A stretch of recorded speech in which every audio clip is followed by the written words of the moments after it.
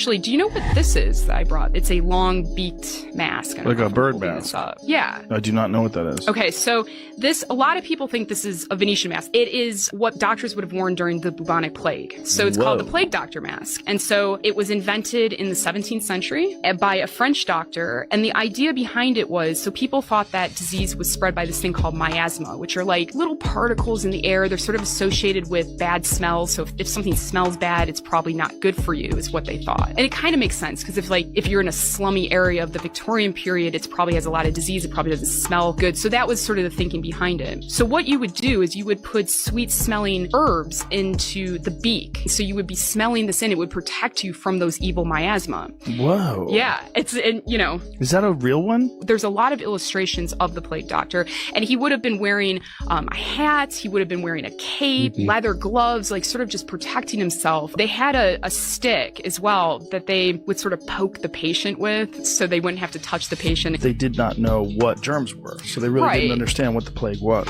If you broke out with the plague, they would probably quarantine you in your house, and they put a big cross on the door. People would bring food and, put a basket outside of your window with a rope, and you take. And so they do that until everybody was dead in the house, or that the plague had passed, and they felt that you were safe to come out into the general population. There was sort of a phrase, go far and go long, get out and don't come back for a while.